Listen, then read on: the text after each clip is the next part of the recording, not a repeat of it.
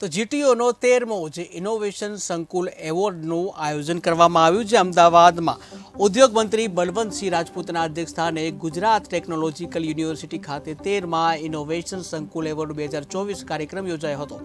મંત્રીશ્રીના હસ્તે વ્યક્તિગત ટીમ અને સંસ્થાકીય સ્તરે સ્ટાર્ટઅપ ઇનોવેશન ક્ષેત્રે ઉત્કૃષ્ટ કામગીરી કરનાર મહાનુભાવોને વિવિધ શ્રેણીમાં જે 27 પુરસ્કાર પ્રદાન કરવામાં આવ્યા હતા।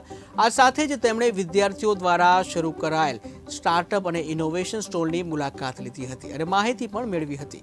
આ પ્રસંગે મંત્રીએ જણાવ્યું હતું કે ગુજરાત અને ભારત સરકાર દ્વારા સ્ટાર્ટઅપ પોલિસી વિકસાવાઈ છે, જેનો લાભ વિદ્યાર્થીઓ ઉદ્યોગ સાહસિકોએ લેવો જોઈએ। તેમણે હૈયા ધારણ આપતા વિદ્યાર્થીઓને કહ્યું હતું કે આપની કોઈ પણ જરૂરત હોય તો સરકાર આપની સાથે છે।